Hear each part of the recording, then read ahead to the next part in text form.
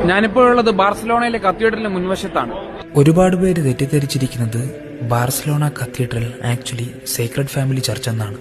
അതൊരു പക്ഷേ ബാർസലോണയിലെ ഏറ്റവും കൂടുതൽ ഫേമസ് പള്ളി അതായതുകൊണ്ടാകാം. റോമിലെ പള്ളികൾ കണ്ട് ശീലിച്ച എനിക്ക് ബാർസലോണയിലെ കത്തീഡ്രൽ വളരെ ഒരു ഡിഫറെന്റ് എക്സ്പീരിയൻസ് ആയിരുന്നു.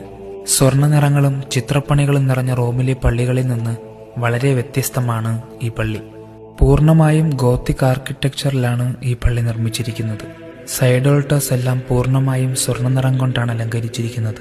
ഈ കാണുന്ന ആളുകൾക്കിരിക്കാനുള്ള ബെഞ്ച് പോലും എന്തുമാത്രം ഭംഗിയോടെയാണ് അലങ്കാരപ്പണികൾ ചെയ്തിരിക്കുന്നത്. ഇത്രയും നേരം ഞാൻ പറഞ്ഞതൊക്കെ പെട്ടെന്ന് ഈ പള്ളിയിൽ കയറി ചെന്നപ്പോൾ ഞാൻ അഡ്മയറായ കാര്യങ്ങളാണ്.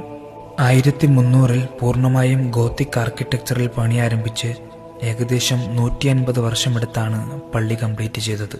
എന്നിരുന്നാലും പള്ളിയുടെ വർക്ക് ആരംഭിച്ച് 40 വർഷം കഴിഞ്ഞപ്പോഴേക്ക് തന്നെ വിശ്വാസികൾക്കായി പള്ളി തുറന്നു കൊടുത്തിരുന്നു. ബാർസലോണയിൽ വരുന്ന എല്ലാവരും തന്നെ സേക്രഡ് ഫാമിലി ചർച്ച് ഉറപ്പായിട്ടും വിസിറ്റ് ചെയ്യും. അതുപോലെ തന്നെ മസ്റ്റായി കണ്ടിരിക്കേണ്ട ഒരു പള്ളിയാണിത്. പള്ളിയുടെ ടെറസിൽ കയറുന്നതുൾപ്പെടെ ടൂറിസ്റ്റിന്റെ ടിക്കറ്റ് 17 യൂറോയാണ്.